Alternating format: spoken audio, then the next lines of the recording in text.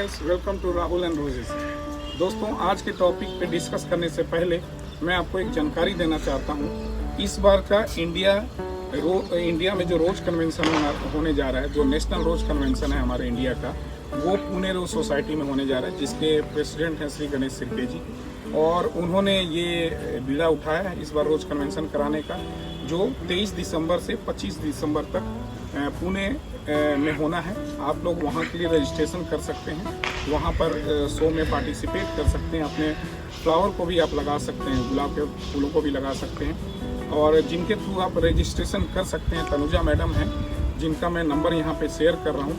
आप उनको कॉल करके और रजिस्ट्रेशन की सारी फॉर्मेलिटी जो है उनसे पूछ सकते हैं और आप अपने आप को रजिस्टर कर सकते हैं। तो वहाँ पे हम मिलते हैं, मैं भी वहाँ पे रहूँगा।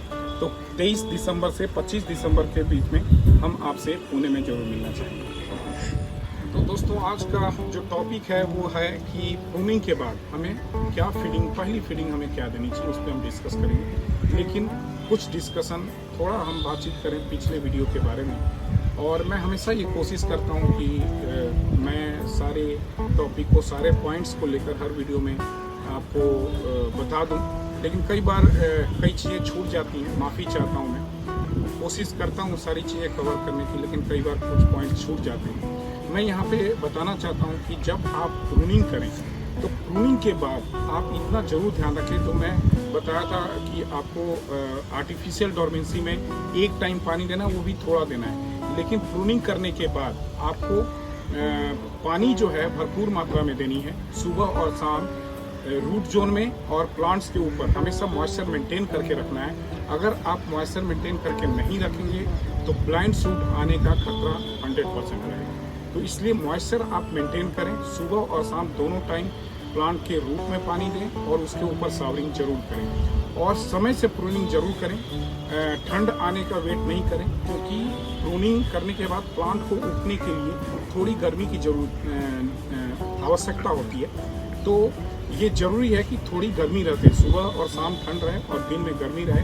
तो हमारा प्लांट बहुत अच्छे से उगता है। अगर बहुत ठंड हो जाएगा तो ब्लाइंड सूट की आने की प्रॉब्लम है, बहुत ज़्यादा गर्मी रहेगी तभी ब्लाइंड सूट आने की प्रॉब्लम है। तो इसलिए जो टेम्परेचर जो मैंने बताया था, सुबह और शाम के टेम्परेचर में डिफरेंस, मिनिमम 10 डिग्री का डिफरेंस आना चाहिए।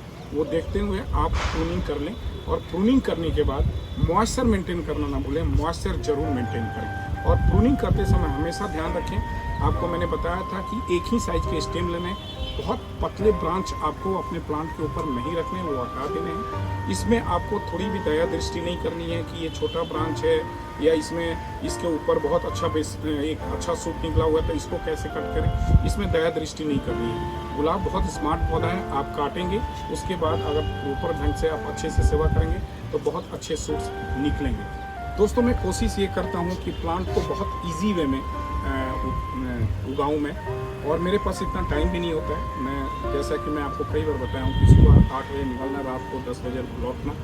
मैं कोशिश करता हूँ कि दोनों टाइम एटलीस्ट पानी देकर जाऊँ, लेकिन कई बार रात में बहुत ज़्यादा लेट हो जाता हूँ तो पानी भी नहीं दे पाता हूँ। तो बहुत सिंपल वे में गुलाब उगाने की मैं कोशिश करता हूँ।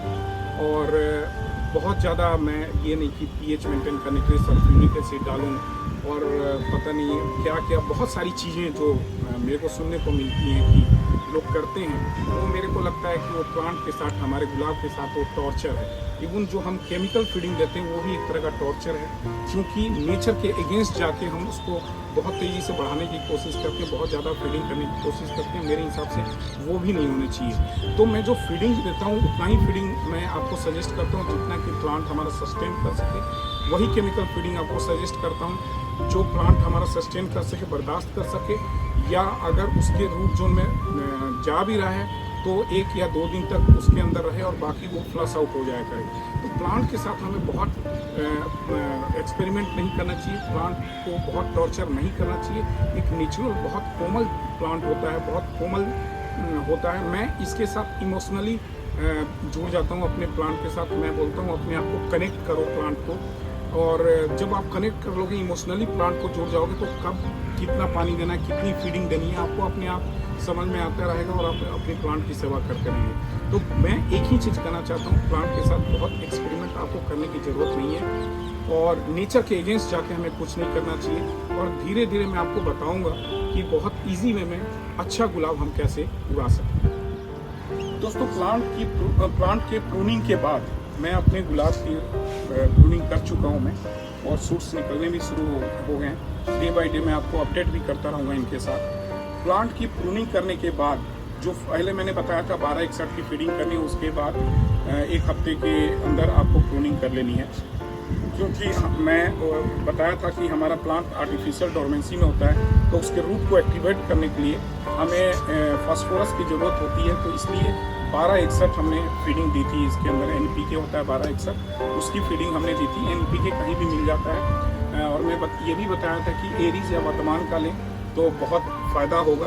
अगर आपको नहीं कहीं मिलता है तो पिंटू शर्मा जी का नंबर मैं कई बार शेयर करता हूँ, वहाँ से ऑनलाइन आपको वो भेज सकते हैं।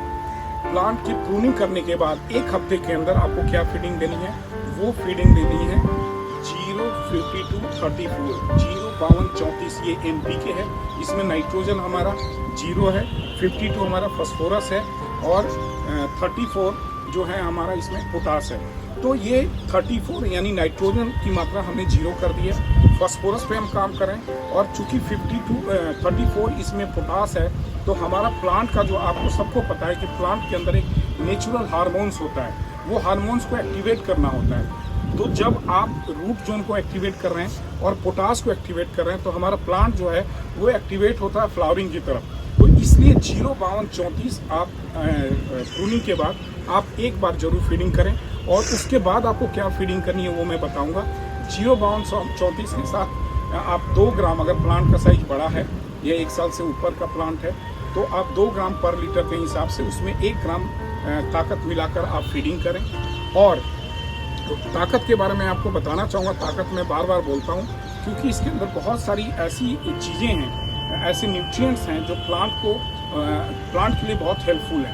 वो अलग मैं एक बार और आपको वीडियो बना के दे दूँगा कि मैं ताकत को क्यों बोलता हूँ, और मैं वही चीज़ बोलता हूँ जो जिससे मेरे को फ़ायदा होता है, जिससे मेरे को बेनिफिट मिला है। और मैं बार बार बोलता हूँ कि ये मैं वही बताने की कोशिश करता हूँ जो मैं अपने गार्डन में यूज़ करता हूँ। जो मैं यूज़ नहीं करता उसके बारे में आपको मैं बता नहीं सकता, ना उसके बारे में आपको ज्ञान दे सकता हूँ। तो आप 2 ग्राम 52-34 लेंगे, और 1 ml उसमें ताकत मिला के आप रूट जोन में फीडिंग करेंगे।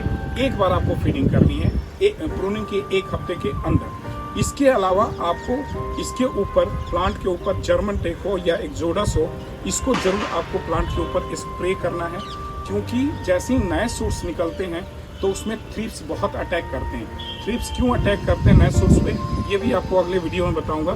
फिलहाल ये वीडियो सिर्फ इतना बताने के लिए है कि जब आप प्रूनिंग कर लेते हैं तो प्रूनिंग के बाद 1 हफ्ते के अंदर आपको 52-34 की आपको एक फीडिंग करनी है, और इसके ऊपर इंसेक्टिसाइड, पेस्टिसाइड आपको स्प्रे करना है, और मॉइस्चर मेंटेन करना है। आपको प्रॉपर ढंग से गुलाब को के ऊपर पानी का स्प्रे करना है, रूट जोन में पानी डालना है, मॉइस्चर जरूर मेंटेन करके चलें, और 2 बार तो मिनिमम आपको अपने गुलाब के ऊपर पानी का स्प्रे करना है, और रूट जोन में पानी डालनी है। और अगर दोपहर में भी अगर आप स्प्रे कर सकते हैं अपने प्लांट के ऊपर, पानी का फव्वारा मार सकते हैं, तो वो भी आपके लिए बहुत बेनिफिशियल है। ये जो मैंने आपको फीडिंग बताई, प्रूनिंग करने के बाद जो फर्स्ट फीडिंग देनी है 52-34 की, इस फीडिंग के बाद आपको 10 दिन तक कोई फीडिंग आपको बिल्कुल नहीं देनी है।